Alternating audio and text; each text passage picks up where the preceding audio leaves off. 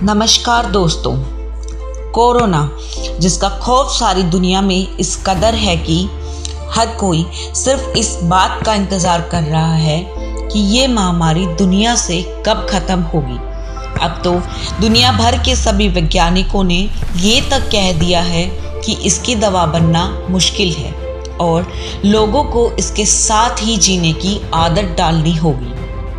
अब हालात तो इतने बदतर है, लेकिन सोचने वाली बात यह है कि ऐसे समय में जहां इंसान का सिर्फ इम्यून सिस्टम ही उसे इस घातक वायरस से बचा सकता है, वहीं इस इम्यून सिस्टम को कमज़ोर करने के लिए हमारे देश की सरकार द्वारा शराब के ठेके को खोलने का फैसला कहां तक सही है, इस बात का जवाब आप ही दें।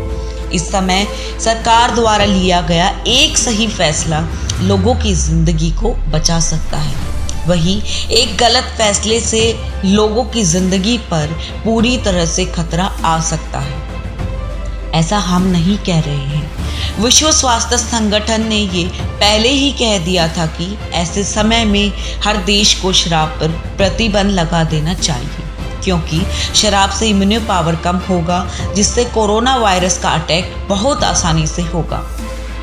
अब सबसे बड़ा सवाल जो दिमाग में आता है कि ऐसी क्या ज़रूरत आन पड़ी कि शराब की दुकानें तो खुल गई लेकिन आम ज़रूरत की दुकानें बंद। ये कैसा फैसला हुआ कि एक गरीब चाय नहीं बेच सकता लेकिन एक अमीर शराब बेच सकता है। अगर किसी गरीब की सब्जी की रेहड़ी पर लोग सोशल डिस्टेंसिंग में खड़े नहीं होते तो उस बेचारे सब्जी वाले को कितना पीटा जाता है। वहीं दूसरी तरफ शराब की दुकानों पर सोशल डिस्टेंसिंग की धज्जियां उड़ गई। तब कहाँ थे सोशल डिस्टेंसिंग के नियम का पालन कराने वाले।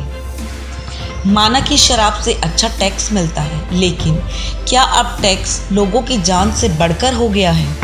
आज ज़रूरतों के आगे नशा का पलड़ा मजबूत दिख रहा है।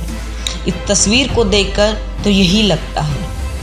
सवाल अगर देश की अर्थव्यवस्था का है तो देश से पहले एक समाज है और समाज से पहले एक घर और उससे भी पहले है एक इंसान।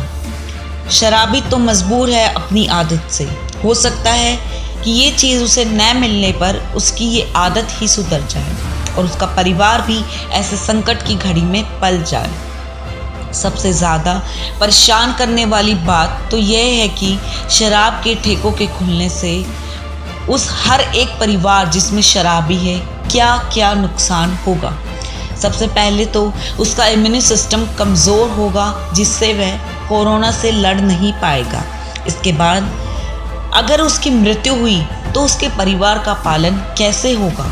वो खुद तो मरेगा ही, साथ में ही अपने परिवार को भी ले मरेगा। अपने परिवार बच्चों को भले ही वह शराबी रोटी नहीं खिलाएगा, लेकिन खुद शराब ज़रूर पिएगा। और ये तो बोलने की ज़रूरत ही नहीं कि पैसे के लिए ये शराबी अपने बीवी बच्चों तक को मारने पीटने में कभी पीछे नहीं रहे। ऐसे में उन महिलाओं के दुख दर्द को समझकर हमारे देश की सरकार को इन ठेकों को बंद करने पर विचार करना चाहिए। और ज़्यादा तो क्या कहूँ, बस मोदी जी ने कहा था कि जान है तो जहान है। आखिर में इतना ज़रूर कहना चाहूँगी कि जैसे किसी देश का एक राजा होता है जो अपनी प्रजा के लिए एक कानून बनाता है और अपराध करने वाले को उस संविधान के तहत ही सज़ा मिलती है, ठीक इसी तरह इस सृष्टि को रचने वाले परमेश्वर ने भी हम सभी के लिए एक संविधान बनाया है। लेकिन अफसोस परमेश्वर के उस विधान अनुसार कोई नहीं चलता।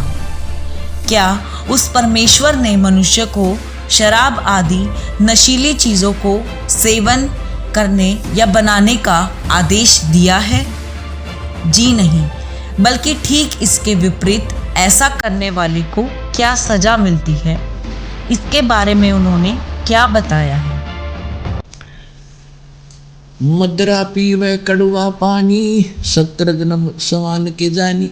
ओए, एक बार शराब पीता है तो 17 जन्म कंटिन्यू कुत्ते की योनि में जाओगा एक बार। और जिसने बोतल की बोतल खाली कर रखी है उसका तो पता नहीं 1000 जन्म हो गएगा, 2000 जन्म कुत्ते के, और कुत्ते का जन्म तो एक कब तेरा। अब तो अफलातून पी के घुटी ला के शराब की और टीटी पाक जाए, और पत्नी रोवा खड़ी खड़ी कि ये रोटी खा लेना मरेगा।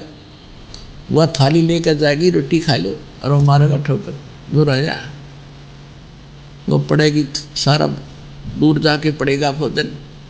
और फिर उस दुष्ट आत्मा के साथ क्या होगा, कुत्ता बढ़ के क्या खाएगा, जब तो ठोकर मारा था थालियों के, कुत्ता बनेगा। और फिर भूख लगेगी, सारी रात भौंकेगा, गली में पड़ेगा, गर्मी सर्दी। सुबह उठते ही कहाँ जाता है कुत्ता, रसोई में। मैं कहा उसने भोजन की, ऐसे ऐसे करके सीधा जाएगा जैसे कोई टोकनी है कोई नहीं, क्यों भूख लग रही, डट्टा जाना। अब वहाँ रसोई में अब कौन पड़े उसको, मूर्ख को कोई देख लेगा घर का सदस्य, पहले उसको करेगा तो पर वो कानों पर घटाड़ा करे, भूख लग रही जोर की, सीधा ही चल पड़ता वो। फिर उठा कर लठ उसके कड़े में ठोकेगा कमर में, फिर ट्या ट्या ट्या करता जाएगा गली में।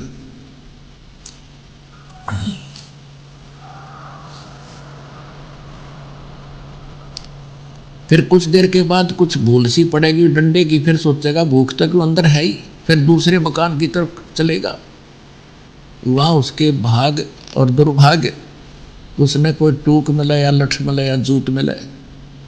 जब वहाँ भी उसकी सेवा लठ से होगी तो फिर वो प्रयत्न छोड़ देता उस दिन का, फिर वो बाहर भागता जंगल की तरफ। वहाँ क्या खाता है, टट्टी खा के आता है, अर्ध पी कर शराब मारा था ठोकर। तो ये कर्म याद दिलाए जाते। मदरा पीवे कड़ुआ पानी, 70 जन्म समान के जानी। अब विचार करो, 100 नारी जारी करे और सुरापान 100 बार, एक चिलम हुक्का भरे वो डूबे काली घाट। एक पर नारी गमन करने का, पर नारी के साथ दुर्व्यवहार करने का, दुराचार करने का कितना पाप बता। 70 जन्म अंधा हो डोले, और मांस खाने वाले का सुरापान मदमांसाहारी, और गमन कर्म हो गए नर नारी।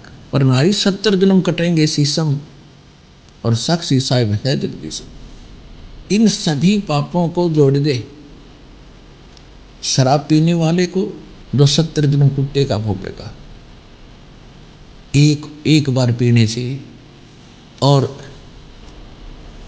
70 जन्म सिर कटेंगे। इन सभी पापों को एक बार ऐसे करने से ये पाप है, तो कहते सुरा 100 नारी जारी करे, वो कितना पाप हो गया। एक बार करने से 70 जन्म अंधा हो तो 100 से जोड़ दो 7000 बार, यानी इतना 100 गुना पाप किसको लगेगा, जो केवल धूम्रपान करने वाले का सहयोग देगा। सुरापान 100 नारी जारी करे सुरापान 100 बार, और एक चिलम हुक्का भरे वो डूबे काली धार। तो इसलिए इस तम्बाकू सेवन में और घना पाप, यानी पाप तो वो भी है, पर इसमें उससे 100 गुना ज्यादा पाप है। और पाप तो सारे ही है, विष तो विष ही है, तो कुछ तेज है कोई थोड़ा कम है, तो विष तो सेवन हमें करना ही ना चाहिए था। आज सिर्फ संत रामपाल जी महाराज ही ऐसे संत हैं जो परमेश्वर कबीर जी के यथार्थ ज्ञान और विधान से सारी दुनिया को परिचित करा रहे हैं। लाखों ऐसे लोग हैं जो कल तक नशे की दलदल में डूबे पड़े थे, लेकिन परम संत रामपाल जी महाराज के ज्ञान और भक्ति से उनको नशे से आज नफरत हो गई है। मेरी आप सभी से विनती है कि परमेश्वर से डरने वाले बनिए, उनके विधान अनुसार चलिए। अगर आप ऐसा नहीं करेंगे तो यकीन मानिए इसकी सज़ा बहुत असहनीय है, जिसकी कल्पना भी नहीं की जा सकती। धन्यवाद। अब सच होगा सबका सपना, नशा मुक्त होगा भारत अपना। भारत में हर वर्ष लाखों लोगों को नशे की वजह से अपनी जान गंवानी पड़ती है। सैकड़ों नशा मुक्ति योजनाओं के बावजूद सरकार नशा मुक्त समाज करने में विफल रही। लेकिन नशा मुक्त भारत के सपने को साकार कर रहे संत रामपाल जी महाराज ने लाखों लोगों को आध्यात्मिक ज्ञान के जरिए नशा मुक्त करके समाज सुधार की एक अनोखी मिसाल पेश की है। अगर आप भी नशा मुक्त भारत के सपने को साकार हुए देखना चाहते हो तो आज ही हमारी वेबसाइट पर विजिट करें और पाइए जीने की राह पुस्तक निःशुल्क। या फिर अपना पूरा नाम, पता और फोन नंबर इन नंबरों पर SMS करें और संत रामपाल जी महाराज के मंगलमय प्रवचन देखिए इन चैनलों पर। सोशल मीडिया पर हमसे जुड़ने के लिए लाइक, सब्सक्राइब और फॉलो जरूर करें।